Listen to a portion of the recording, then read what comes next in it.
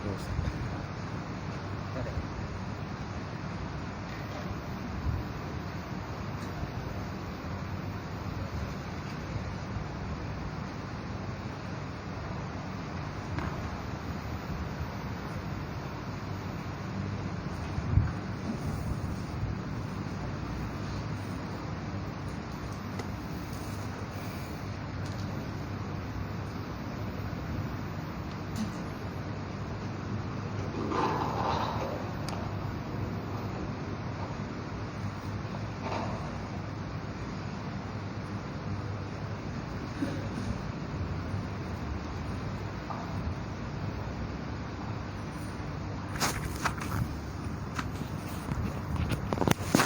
Ya Allah.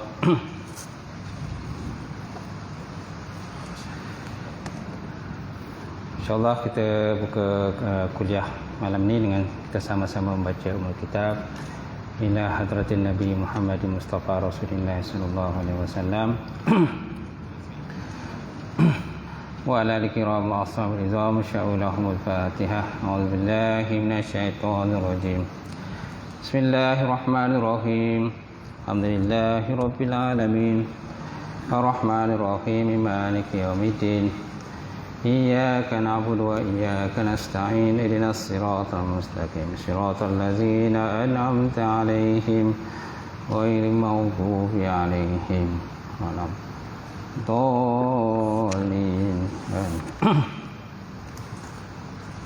Assalamualaikum warahmatullahi taala wabarakatuh. Alhamdulillah wahdah, sadaqa wa'dah, wa nasara 'abdah, wa 'azza jundahu, wa hazamal ahzaba wahdah. Asyhadu an la ilaha illallah wahdahu la syarikalah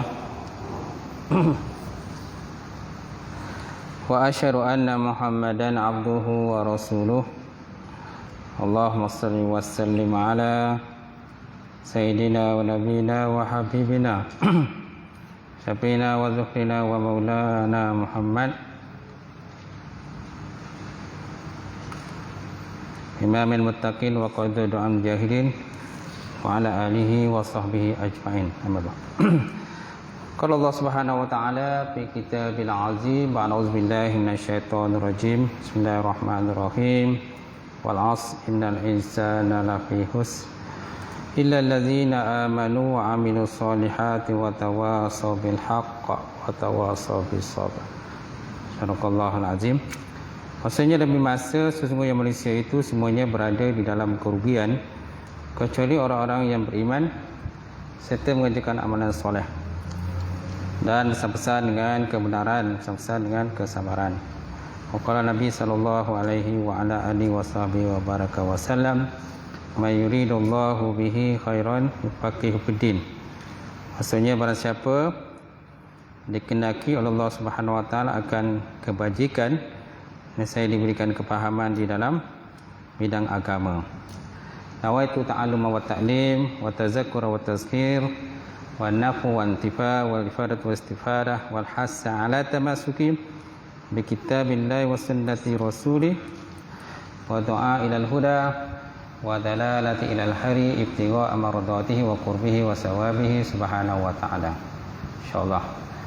Yang saya muliakan, yang saya hormati Al-Fadhil tuan-tuan imam kita, yang saya muliakan, tak lupa juga Tuan Bilal, kemudian Tuan Siap kita, seterusnya jawatan kuasa masjid, sidang jamaah muslimin muslimat, mukminin mukminat Allah Ta'ala. Alhamdulillah, kita panjatkan puji dan syukur pada Allah. Lagi kita dapat bersama pada malam ini untuk kita sambung pengajian bab tauhid ataupun akidah kita, iaitu bab pembahasan dalam kitab Permata Tauhid ataupun Jauharatul Tauhid. Dan malam ini kita berada di muka surat 184. Betul tak? Betul tak? Baris yang perlu diketahui. Yang perlu diketahui, betul InsyaAllah.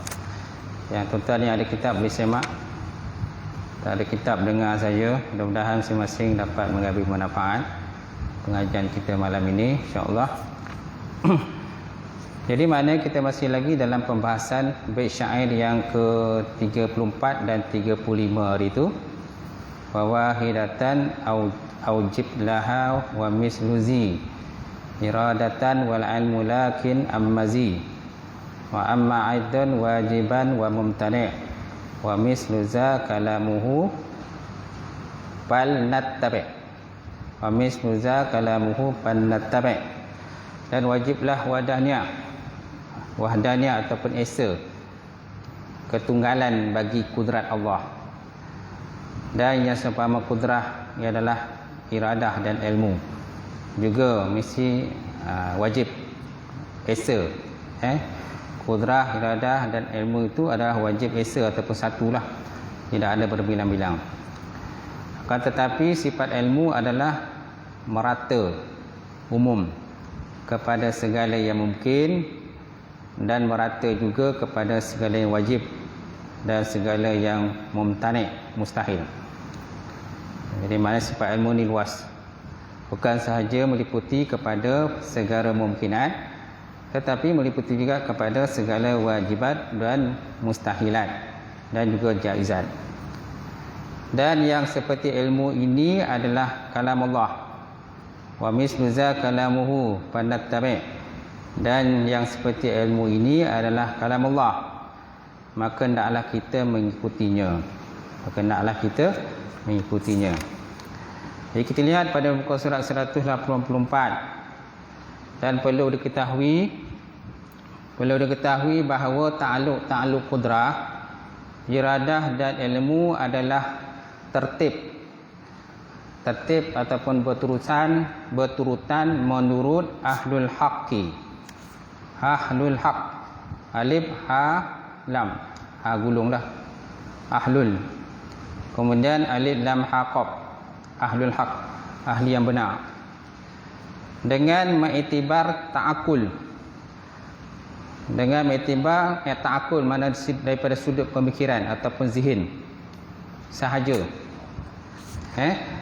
dalam hal ta'alluq yang qadim, dan tertib dalam hal kenyataan fil kharij, dan tertib dalam hal kenyataan ataupun pada luaran ataupun kharij, juga pada ta'alluq yang hadis.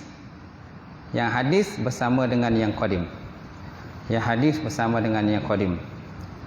Maka antaranya ialah seperti ta'alluq qudrah yang suluhi qadim. Ta'alluq qudrah yang suluhil qadim, patut pada qadim ataupun pada azali. Dan ta'alluq iradah yang suluhil qadim dan tanjizi qadim.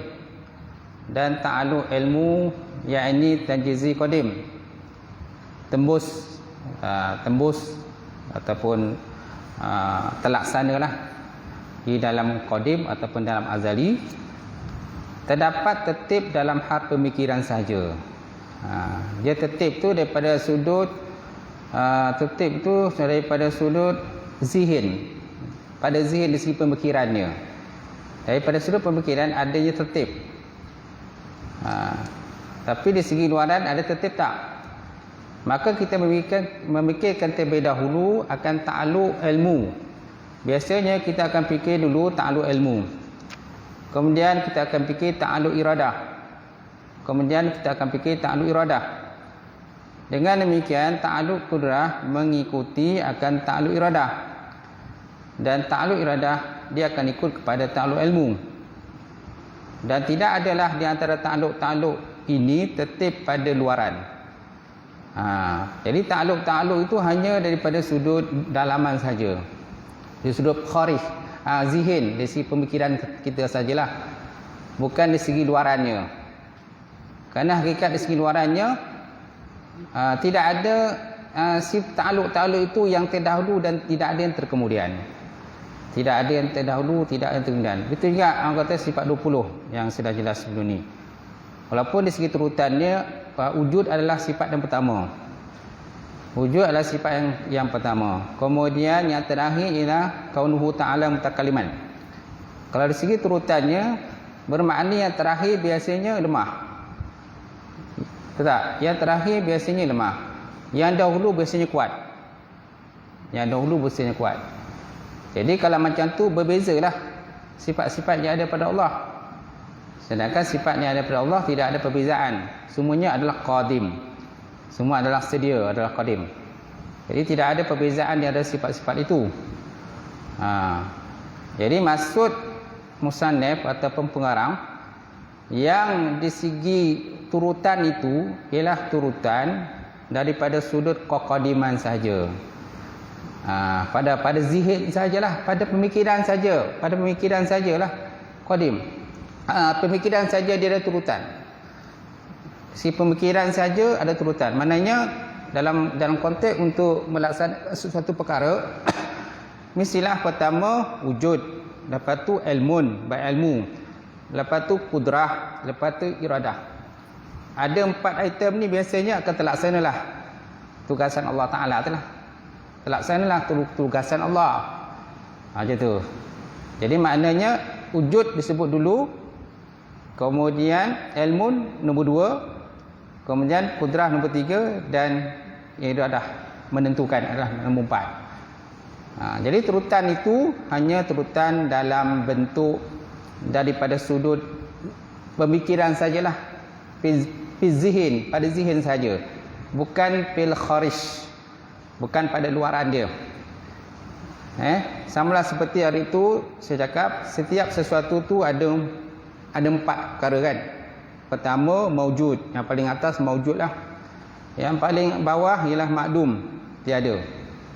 Kemudian di antara maujud dengan makdum adanya halun, haliah, hal. Hal ni di antara ada dengan tiada. Kemudian di antara haliah dengan hal dengan makdum terdapatnya amrun itibari. Amrun itibari. Maksud amrun itibari ialah ada pada zihin, tiada pada kharij. Mana dari segi pemikiran kita ada, tetapi di segi luarannya tidak ada. Seperti bulat yang ada pada bola kan. Bulat yang ada pada bola. Jadi pada segi pemikirannya kita nampaklah bola tu bulat. Tetapi bila kita sentuh bola tu, apa yang kita sentuh? Adakah bulat kita sentuh ataupun kulit bola? Getah bola. Sudah tentu yang kita sentuh ialah kulit bola ataupun campuran daripada bahan-bahan yang dicampur, maka jadilah bola. Begitu juga dengan meja kan. Meja dari segi zahiriatnya kita nampak dia 4 segi. 4 segi kan. Tapi hakikat sebenarnya bila kita katakan mana meja, ini meja. Bila kita tunjuk meja, ini bukan meja, ini kayu. Ini bukan meja, ini kayu.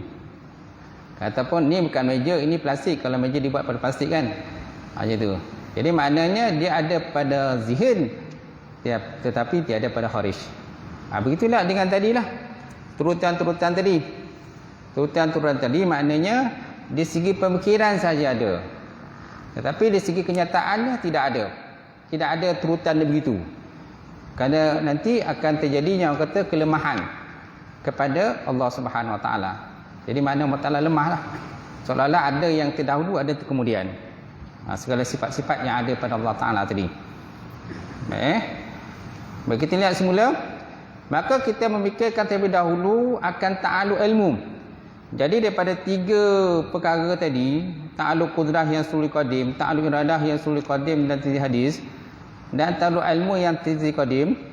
Jadi biasanya kita akan memikirkan tentang ta'aluk ilmu dahulu, kemudian ta'aluk iradah, dan kemudian ta'aluk kudrah ataupun salah satulah dulu. Dengan demikian ta'aluk kudrah mengikuti akan ta'aluk iradah. Dan ta'aluk iradah dia ikut pada ilmu. Pada ilmu kan. Dan ilmu pula dia ikut pada hayat, hidup. Dan hidup juga ikut pada wujud. Tanpa wujud maka tiadalah hidup. Tanpa wujud maka tiada hidup. Tanpa hidup maka sudah tentu tidak ada ilmu. Jadi maknanya benda tu dari segi zihin kita seolah macam ada turutan. Daripada satu step ke satu step. Macam tu. Tapi di segi kenyataannya tidak ada. Baik, kemudian kita lihat semula. Dan tidaklah ada di antara ta'aluk itu tertib pada luaran kenyataan. Kerana dia adalah qadim. Dan yang qadim tidaklah ada tertib padanya di luaran. Pada kharij. Kerana kalau tidak begitu, nescaya lazimlah yang mutakhir itu adalah hadis ataupun lemah. Jadi kalau ada turutan begitu, maknanya yang terakhir itu dikira hadis ataupun lemah. Maknanya biasa yang dapat nombor 1 biasanya kuat, kan? Kalau dalam nombor lari lah, yang nombor 1 biasanya yang paling kuat, yang paling laju, paling pantas. Yang last sekali mana paling lemah. Yang biasa dapat nombor 1 ni biasa dapat pingat emas. Pingat emas nombor 2, pingat perak, nombor 3, pingat gangsa. Yang seterusnya tak dapat pingat apa-apalah. Hanya dapat berlari lah. Berlari ataupun berlumba, dan juga dapat melancung lah. Pergi negara orang dapat melancung, gitu. Samping tu kalau dapat cipta rekod baru, rekod baru je tu lah. Tapi tak dapat juga hadiah. Gitu. Baik, kemudian, dan di antara ta'alluq qudrah yang tanjizi hadis, ta'alluq iradah yang tanjizi qadim, dan suluhi qadim, dan ta'alluq ilmu yang ini tanjizi qadim, terdapat tertib pada kenyataan dan pada pemikiran. Kerana ta'alluq qudrah yang tanjizi hadis mutaakhir daripada ta'alluq yang qadim ini, dengan kedaruratan terakhirnya yang hadis daripada yang qadim. Kalau bincang pula tentang tanjizi hadis ataupun bila ada sebut tanjizi ni, tanjizi qadim, kemudian tanjizi qadim dan sulhul qadim, kemudian tanjizi qadim. Jadi maknanya dia ada dua pula. Dia ada dua. Kalau tadi makna yang pertama, ya, kalau tadi dia ada pada zirin, tidak ada pada kharij.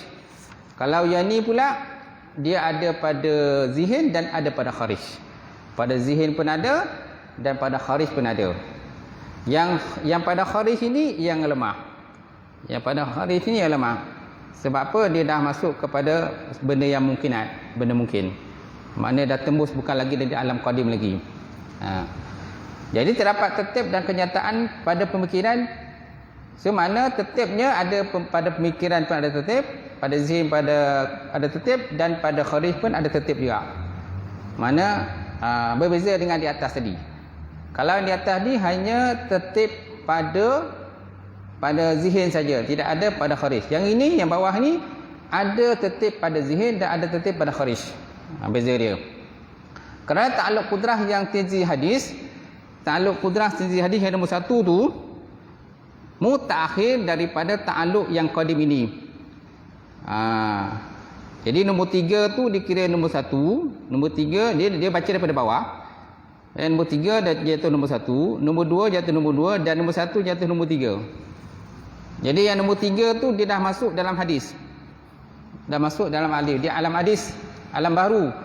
Bila dah masuk di alam baru, maknanya adanya tertibnya pada kharij itu.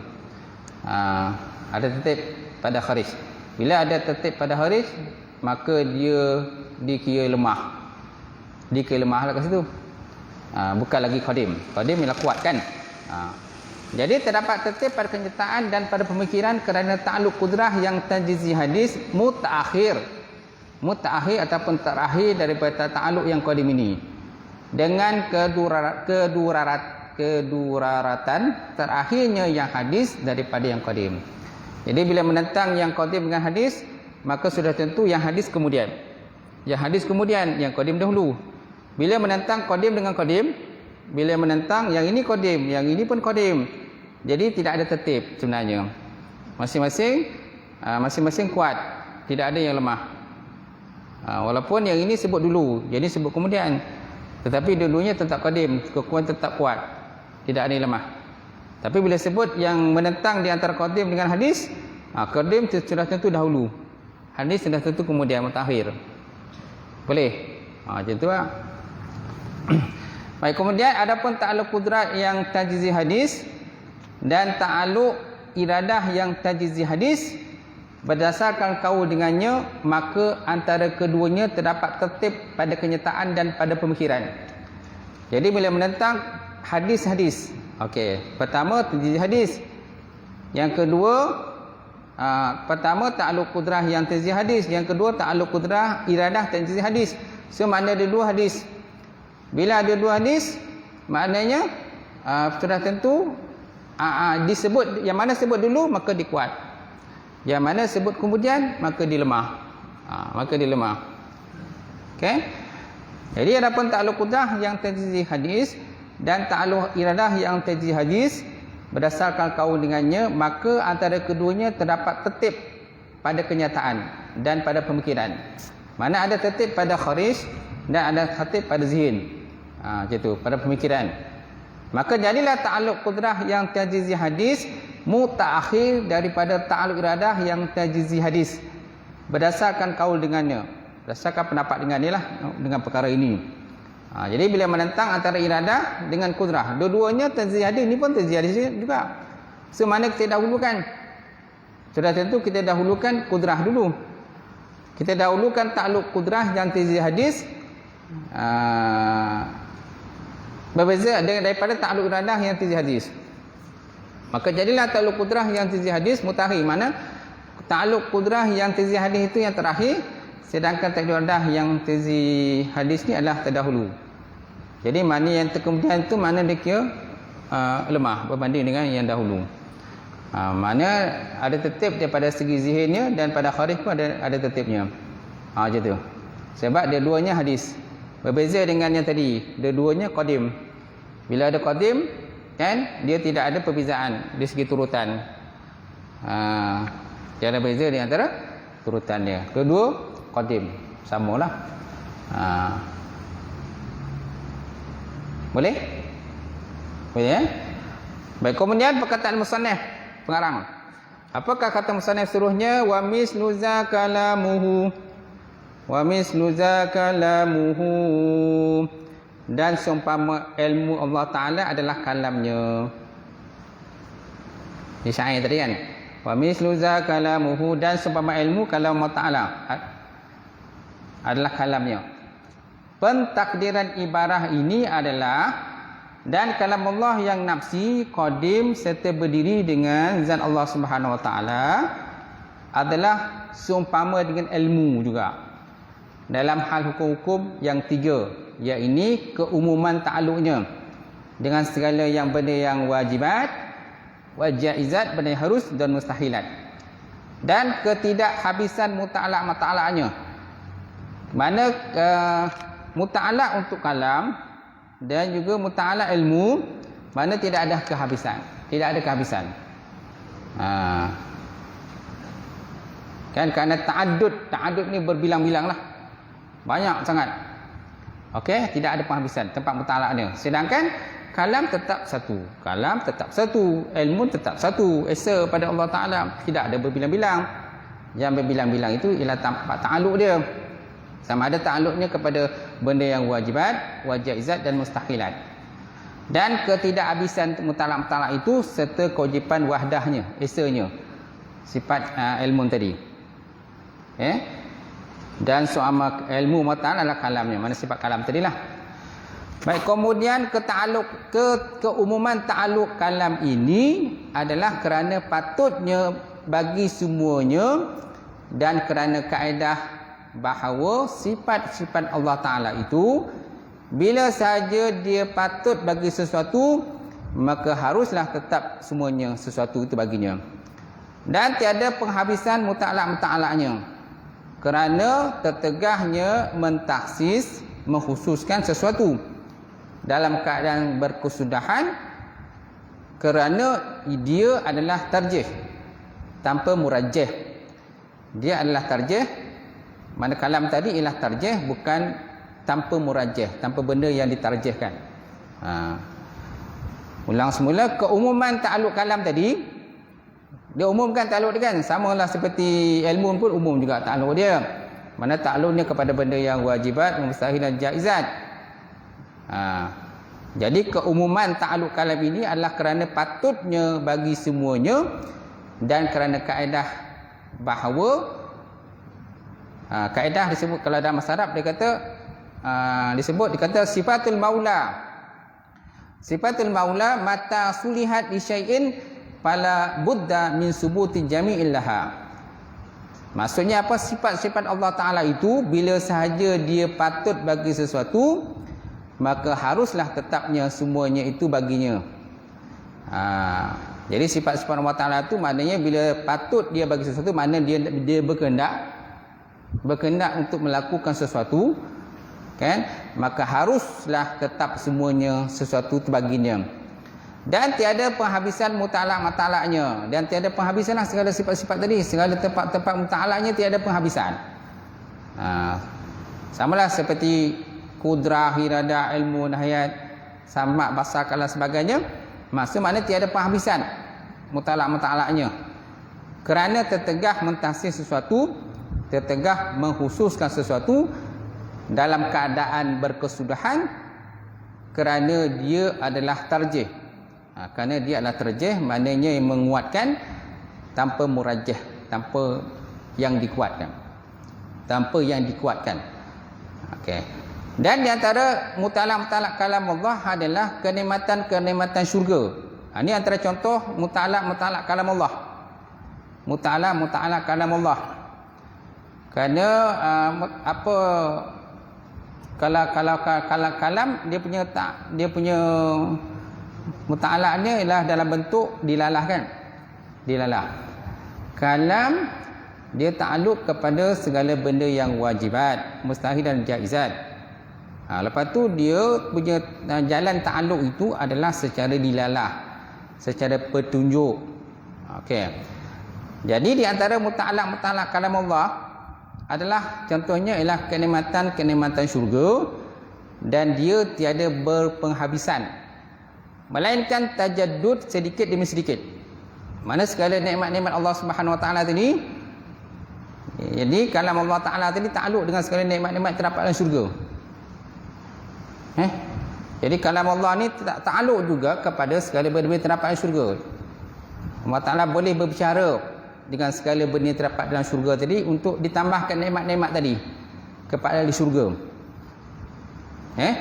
Jadi kenikmatan syurga tadi dia kata tajaddud, mana berganti-ganti, silih berganti-ganti sedikit demi sedikit, tidak pernah habis. Begitu juga dengan ta'alluq ilmu kepada ahli syurga, kepada sesuatu benda tempat syurga pun juga berlaku. Kudrah hidayah juga pun berlaku juga. Dia bukan saja kalam Allah sahaja, tetapi segala benda-benda lain yang sifat-sifat yang ajaib Allah Ta'ala juga boleh ta'alluq kepada benda yang terdapat dalam syurga, muta'alaq dia.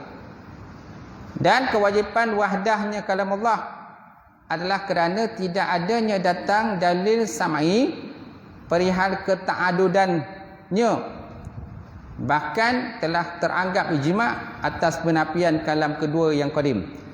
Jadi kalam yang ada pada Allah tu esa, tidak ada dalil sam'i dari Quran hadis menyatakan kalam Allah tu ta'addud, berbilang-bilang, tidak ada, tetapi tetap esa. Bahkan telah teranggap ijma' atas penafian kalam kedua yang qadim. Tak ada kalam yang kedua yang qadim pada Allah.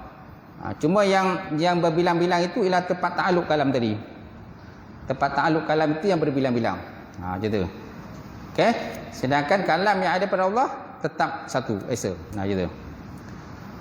Ta'addud mana berbilang-bilang. Tajaddud berganti-ganti. Berganti-ganti, melainkan berganti-ganti sedikit demi sedikit. Dan kewajipan wahdahnya, esanya kalam Allah adalah kerana tidak adanya datangnya dalil samai perihal keta'adudan, berbilang-bilang, kebilang-bilangannya, bahkan telah teranggap ijma' atas penafian kalam yang kedua yang qadim yang ada pada Allah. Tenafi kalam yang kedua, tak ada kalam kedua, satu aja kalam esa yang ada pada Allah. Baik, kemudian dan misliyah mana perbandingan, perumpamaan atau perbandingan antara ilmu dan kalam itu hanya pada 3 hukum yang telah disebutkan, meskipun berbeza jihad ta'alluqnya. Kerana ta'alluq ilmu itu ialah ta'alluq inkishaf. Kerana ta'alluq ilmu itu ialah ta'alluq inkishaf, tersingkap ataupun terbuka. Terbuka sesuatu yang telah pun tertutup. Inkishaf. Ya, ini inkishaf bagi Allah dengan maksud bahawa segala sesuatu itu tersingkap bagi Allah dengan ilmunya Allah Subhanahu Wa Taala. Mana sekala sesuatu itu tersingkap bagi Allah, kan? Mana tidak ada terhijab sesuatu pun daripada sesuatu yang telah pun dijadikan ataupun terdapat di alam dunia ini. Sama ada benda yang zahir ataupun batin, benda yang halus, benda yang paling halus sampailah benda yang paling kasar, langit dan bumi, kan? Ataupun alam jagat seluruhnya, semuanya inkishaf, terbuka bagi Allah. Terbuka, tersingkap, tidak ada pun satu pun yang terhijab daripada Allah Subhanahu Wa Taala. Sedangkan ta'aluk kalam ialah ta'aluk dilalah. Dilalah adalah petunjuk, penunjuk. Contohnya bila kita sebut satu ayat Quran, contohnya ayat berkenaan dengan salat, aqimus salah wa atuz zakah. Aqimus salah wa atuz zakah, dirikan sembahyang, tunaikan zakat. Jadi ayat ini ditunjukkan kepada amal. Ilalahnya ialah kepada amal, perintah Allah Ta'ala. Kalau kita lihat pula pada ayat yang lain, wala taqrabuz zina, jangan kamu hampiri zina. Ayat ini menunjukkan kepada nahi, tegahan. Ilalahnya ialah penunjuknya kepada tegahan, kepada kalamun nafsi yang ada kepada Allah Ta'ala. Jadi apa ayat Quran yang kita baca itu, ayat Quran kita baca yang kita lagukan itu merupakan kalamul lafzi.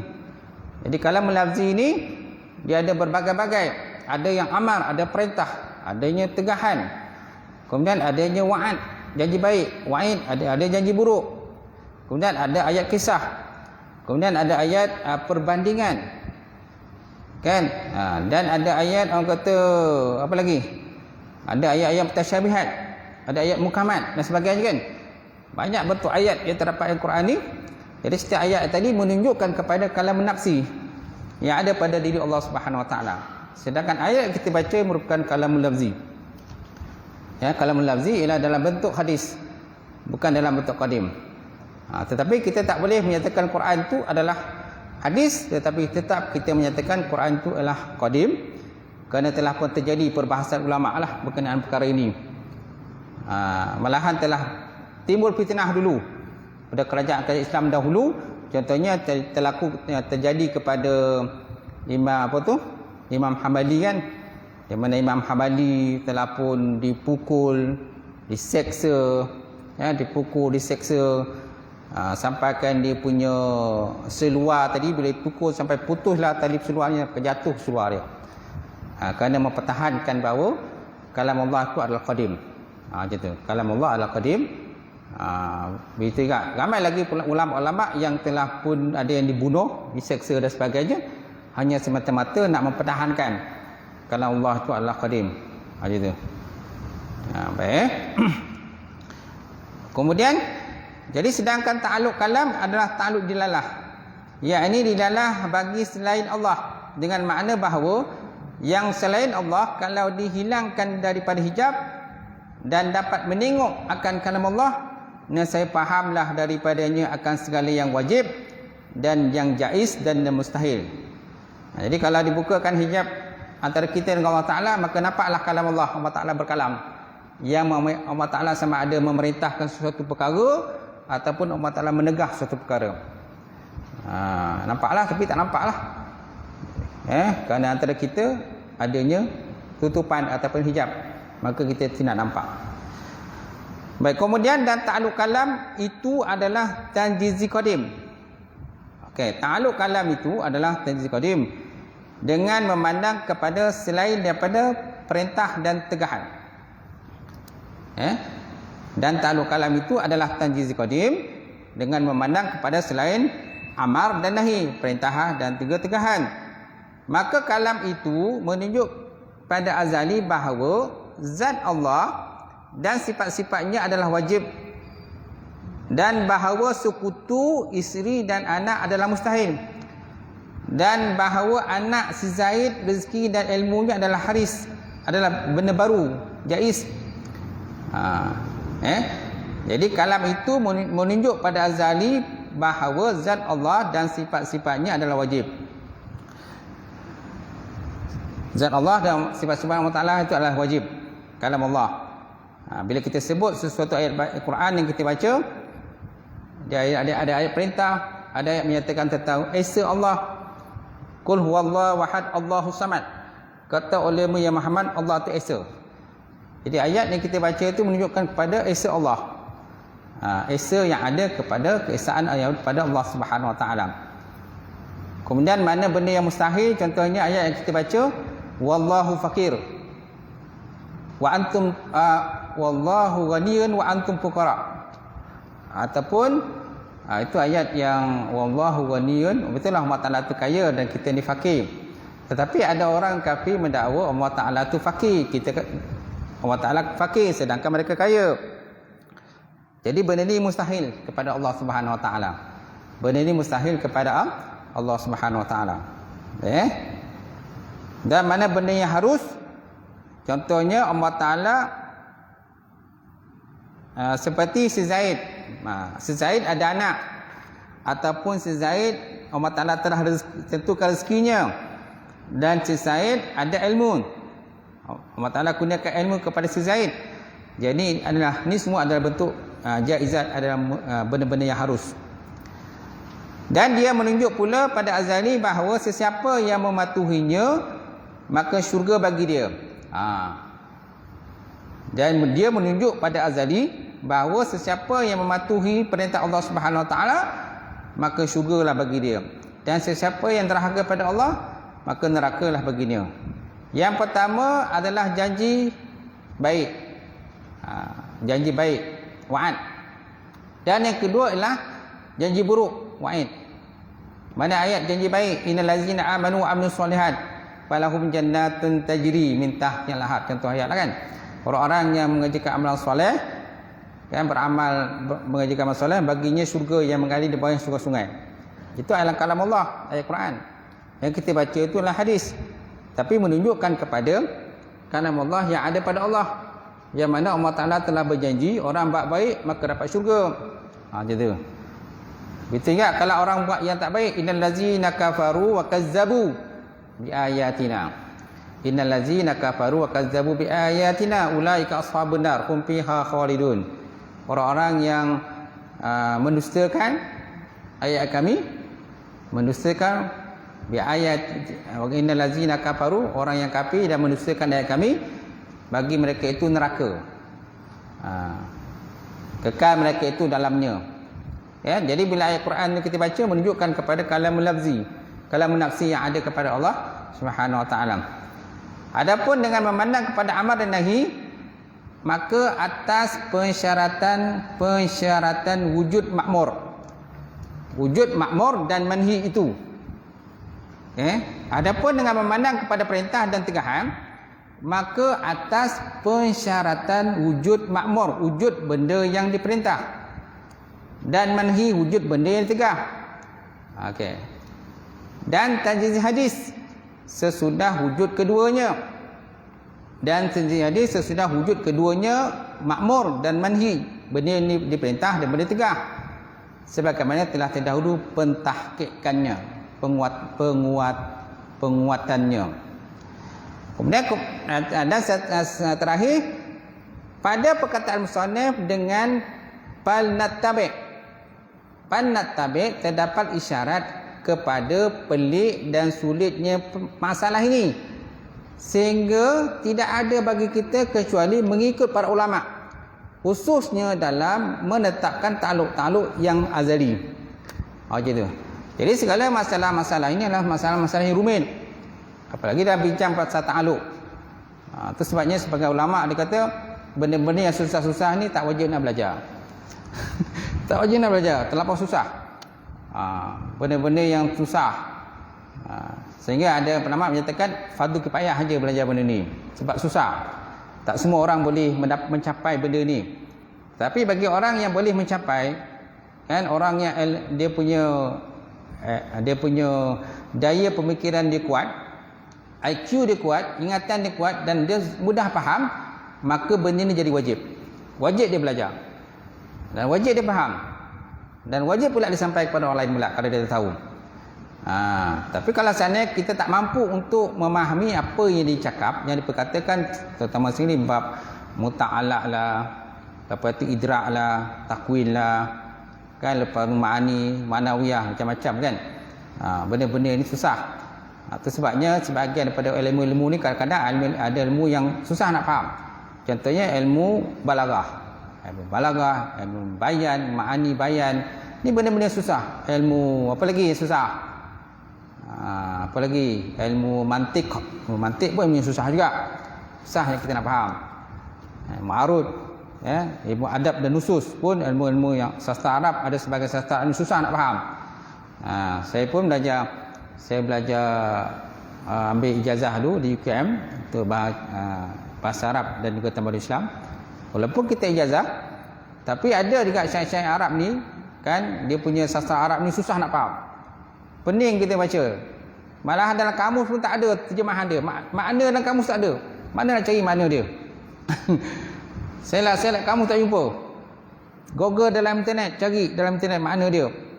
Google Translate lah, lepas tu Mu'jam lah, tengok dalam internet, tak jumpa. Makna yang susah. Macam tu. Jadi benda-benda susah ni kita serahkan mana orang yang ada IQ, daya kekuatan yang tinggi, maka wajib dia belajar. Tapi kalau sesiapa yang tidak ada daya kekuatan yang tinggi untuk belajar, maka ianya jadi fardu kifayah pada dia. Mana tak wajib lah.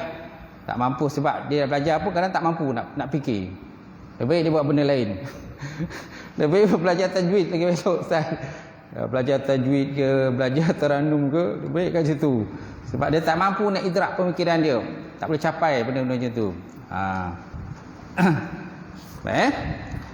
Jadi pada perkataan musannaf dengan panat tabi' terdapat isyarat kepada pelik dan sulitnya permasalahan ini, sehingga tak ada bagi kita kecuali mengikuti para ulama, khususnya dalam menetapkan ta'aluk yang azali. Jadi benda-benda ta'aluk ni kita tak lain tak bukan, kita kena ikut para ulama lah. Ulama-ulama dalam bab tauhid, dalam bab akidah seperti Syekh Sanusi, lepas tu orang kata Syekh apa lagi? Kalau kita dalam kalau kita ni di Malaysia ni terkenal seperti Syekh Abdullah Daud Patani kan, lepas tu Tok Kenali, lepas tu kalau kita Aqidatul Najin tu Syekh apa nama dia tu, Syekh Zainal Abidin bin Muhammad Al-Patani Taala. Banyaklah ulama, kitab Darussamin, kitab Aqid Najin, banyak ulama-ulama mengarang kitab-kitab, kitab Usul Tahqiq, betul tak? Kitab Fatih Faridah, banyak kitab pengarang ulama-ulama ni untuk memudahkan kita sebenarnya, untuk mudah kita nak belajar kena bab tauhid ni. Dan benda itu perlu berguru. Kalau tak ada guru, memang susah nak faham. Macam tu. Okey, itu sahaja perbincangan kita malam ni. Habis insya-Allah akan datang kita sama sambung pada bait syair yang seterusnya, bait syair yang ke-36. Wallahu a'lam bissawab.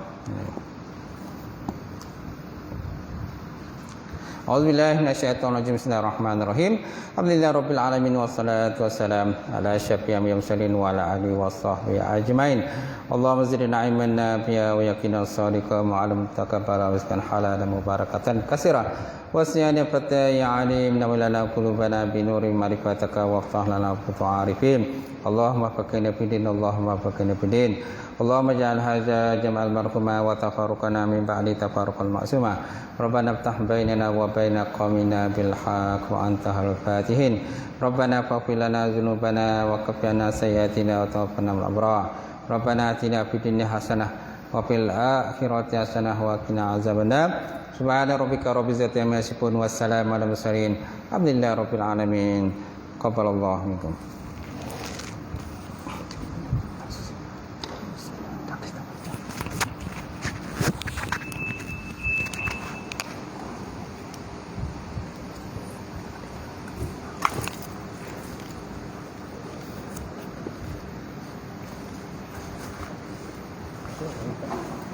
Air kita masuk. Oh ya. Yang betul kan cepat. Sebulan. Tak ada. Yang itu ya. Oh ya. Masih. Hari itu. Oh, yang kata start hari yang pertama kan. Ya.